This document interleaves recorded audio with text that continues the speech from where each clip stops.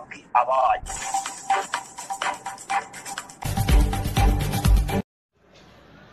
मैं हूं सिद्रा और आप देख रहे हैं इंडिया आज तक लाइव टीवी। तो चले नजर डालते हैं आज की कुछ खास खबरों पर।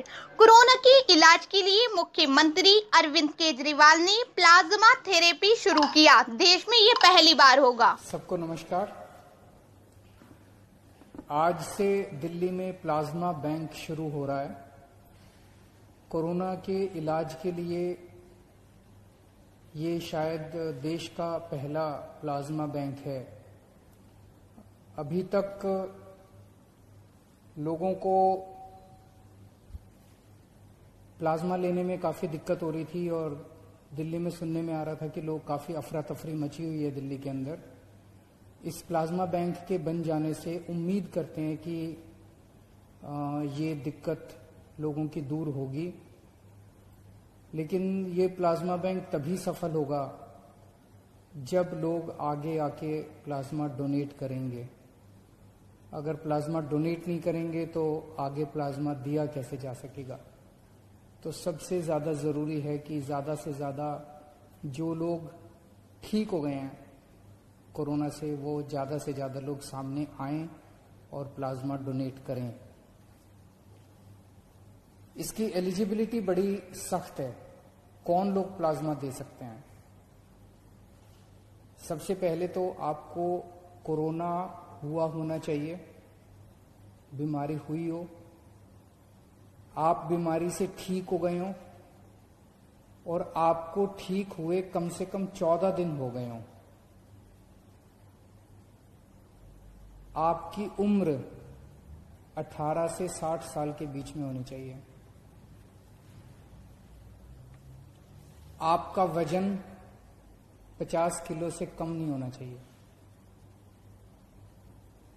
महिलाएं जो जिंदगी में कभी भी एक बार भी कभी प्रेग्नेंट हुई वो नहीं दे सकती। जो लोग जिनको शुगर की बीमारी है और जो इंसुलिन लेते हैं, या जिन लोगों की शुगर स्टेबल नहीं है वो नहीं दे सकते। जिनको हाइपरटेंशन की बीमारी है या बीपी 140 के ऊपर है वो नहीं दे सकते। जो कैंसर सर्वाइवर्स हैं वो नहीं दे सकते। जिनको क्रोनिक किडनी, हार्ट, लंग या लिवर की बीमारी है वो नहीं दे सकते।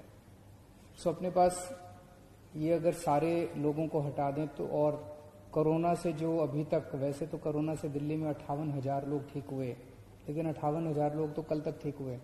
14 दिन पहले और फिर इतनी सारी कंडीशंस कर दें तो काफ़ी कम लोग बचेंगे। उन सब लोगों को सामने आके प्लाज्मा डोनेट करना पड़ेगा। जिंदगी में बहुत कम मौके मिलते हैं जब आप किसी की जान बचा सकते हैं। भगवान ने अगर आपको मौका दिया है तो आप ज़रूर सामने आके किसी की जान बचाइएगा। और ये बिल्कुल मत सोचिएगा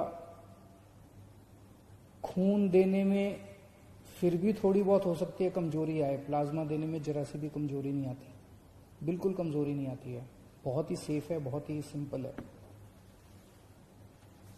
तो अगर आप एलिजिबल हैं, अगर आपको कोरोना हुआ, कोरोना से ठीक हुए, आपको 14 दिन हो गए, तो आप प्लाज्मा डोनेट करने के लिए तैयार हैं, तो आप इस नंबर पे फ़ोन करके हमें बता सकते हैं। 1031 पे आप फ़ोन करेंगे और आप रजिस्टर हो जाएंगे। या आप इस नंबर पे व्हाट्सएप कर सकते हैं हमें 8800007722। मैं एक बार फिर बता देता हूँ 8800007722। या तो इस पे व्हाट्सएप कर दीजिए या 1031 पे आप हमें फ़ोन कर सकते हैं। आप अपने को रजिस्टर करेंगे, इसके बाद हमारे यहाँ से आपका नंबर हमारे पास आ जाएगा, फ़ोन नंबर। हमारे यहाँ से दिल्ली सरकार से एक डॉक्टर का फ़ोन जाएगा आपके पास।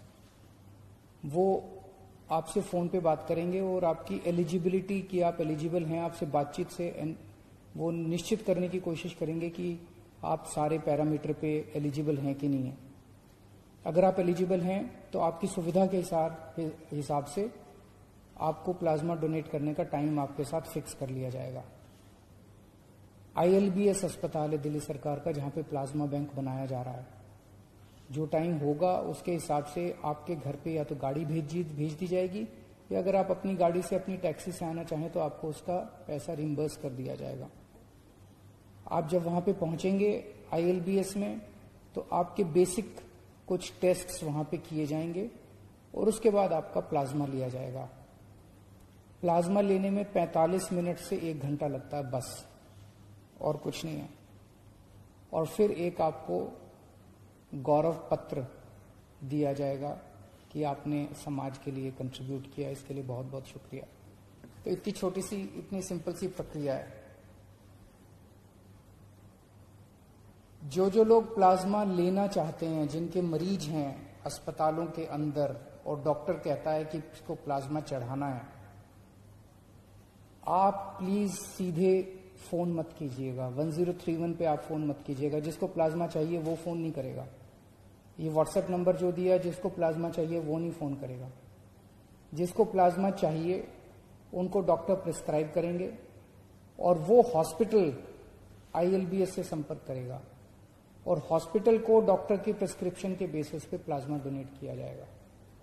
इंडिविजुअल लोग कृपया सीधे संपर्क ILBS से भी ना करें और इन फोन नंबर से भी ना करें, अपने अस्पताल के जरिए आए। सभी अस्पतालों को दिया जाएगा, चाहे प्राइवेट अस्पताल हो, चाहे सरकारी अस्पताल हो, चाहे केंद्र सरकार का हो, चाहे MCD का हो, चाहे सेंट्रल गवर्नमेंट का हो, चाहे स्टेट गवर्नमेंट का हो। कोई भी अस्पताल है वो अगर उनका डॉक्टर प्रिस्क्राइब करते हैं तो उनको प्लाज्मा दिया जाएगा। और इसके बाद मैं उम्मीद करता हूं कि आज कोरोना की वजह से जो भी मौत हो रही है, पिछले कुछ दिनों में दिल्ली में कोरोना की वजह से हो रही मौतों में कमी आई है। जून के महीने में एक दिन तो ऐसा था जब लगभग 125 मौत एक दिन में हुई थी। अब पिछले कुछ दिनों में 60-65 के आसपास डेथ हो रही हैं, लगभग आधी हो गई हैं।